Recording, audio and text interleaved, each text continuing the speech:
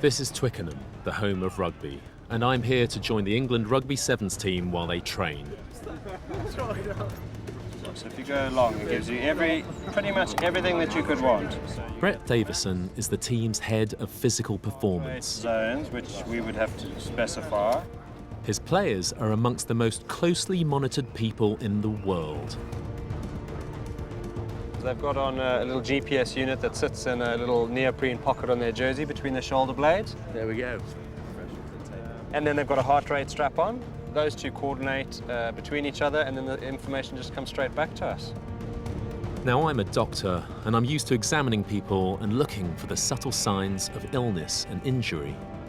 And as far as I'm concerned, this international rugby team looks more than match ready. But Brett sees a lot more than I can, without even glancing at the players.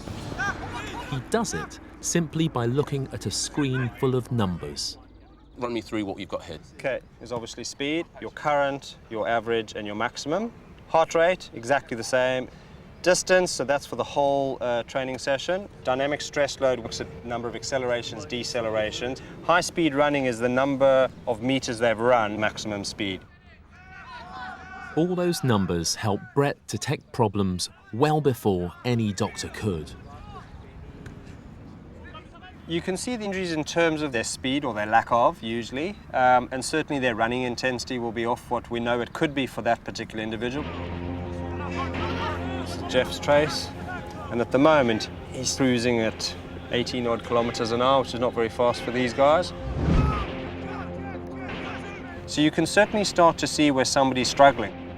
And the information Brett gathers turns out to be an incredibly sensitive indicator of injury. It picks up their step balance, their left-right step balance through the accelerometer, so we can tell how badly somebody's limping or how much they might be favouring a leg. And this lad got hit on the knee, and the difference between his left and his right is about 1.5%. So although it's a really subtle change, 1.5% off his top speed because he's limping a little bit could be the difference between a try or no try.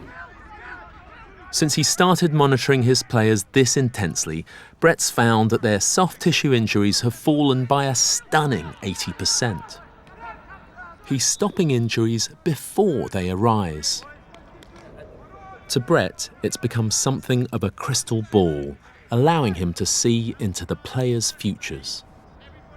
If they've had a bad night's sleep, their heart rate will show it. If they're getting ill and they don't know they're getting ill yet, usually their heart rate will show it for us as well. So from that point of view, sometimes we know things about them that they don't know yet. So you can tell that someone's ill before they themselves are conscious of the fact that they're ill?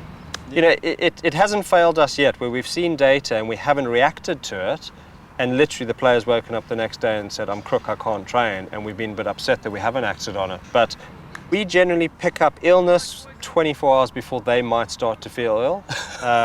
You must have found that remarkable when you first realised. Yeah, for a while we literally just were looking at it, just going, that can't be right, that can't be right. And we looked at it for a long time and then started acting on it. And then the results started proving it, your body's not going to lie. You might, but your body's not.